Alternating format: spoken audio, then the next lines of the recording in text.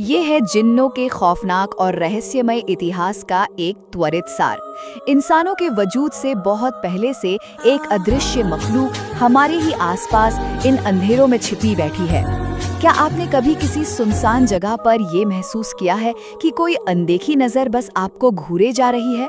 तो चलिए सबसे पहले इनकी पैदाइश के रहस्य की बात करते हैं।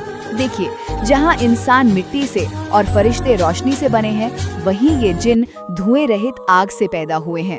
इन्हें ना एक अदृश्य और खतरनाक रेडिएशन की तरह समझें। आपको आग की लपटें तो नहीं दिखेंगी, लेकिन उसकी खौफनाक तपिश बिल्कुल वहीं मौजूद है। अब आते हैं दूसरे बिंदु पर। ये खौफनाक जीव आखिर रहते कहाँ हैं? ये हमारी ही दुनिया के पुराने खंडरों, सूने जंगलों और वीरानों में बसते हैं। इंसानों की तरह ही इनका अपना एक समाज है, जिसमें कुछ तो अच्छे हैं, लेकिन कुछ बेहद शैतानी, जो अंधेरे में शिकार करते हैं।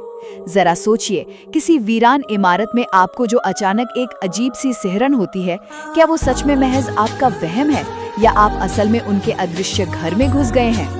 और अंत में सबसे मशहूर जिन इब्लीस के पतन को देखिए।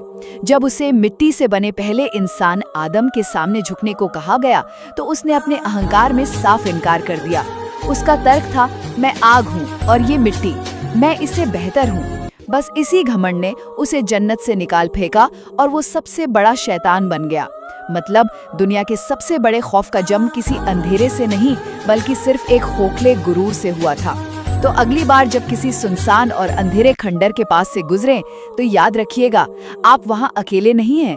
धुएं रहित आग की एक पूरी दुनिया आपको देख रही है।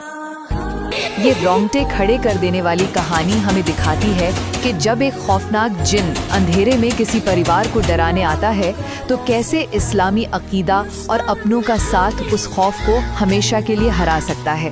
पहला, खौफ की शुरुआत। कहानी एक सर्द रात से शुरू होती है, जहां लालटेन की लौ अचानक कांपने लगती है और युवा इब्राहिम की नींद टूटती है। उसकी छाती पर एक भयानक जमा देने वाला दबाव है। क्या आपने भी कभी रात के सन्नाटे में ऐसा खौफ महसूस किया है जो आपकी सांसें जकड़ ले? दूसरा, हमारी आध्यात्मिक ढाल। अब इस खौफनाक मंजर में इब्राहिम की दादी अमीरा घबराकर चिल्लाने के बजाय बिल्कुल शांत रहती हैं।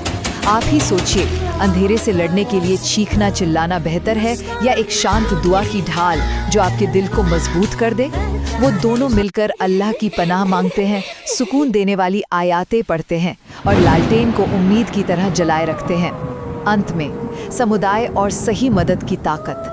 जब जिन पड़ोसियों के बीच दरार डालने की कोशिश करता है, तो पूरा गांव एकजुट हो जाता है। जैसे एक अकेली लकड़ी जल्दी बुझ जाती है, वैसे ही क्या हम अकेले इतने बड़े खौफ का सामना कर सकते हैं? बिल्कुल नहीं। और हाँ, याद रखिए, कभी कभी जिनका साया लगने वाली चीजें असल में मानसिक तनाव भी हो सकती हैं। इसलिए आलिम दीन के साथ डॉक्टरों की मदद लेना भी बेहद जरूरी है। तो याद रखें, जब डर के साए हावी होने लगे, तो आपका शांत ईमान, अपनों का साथ और सही इलाज ही वो अटल रोशनी है जो हर अंधेरे को हमेशा के लिए खत्म कर देती है।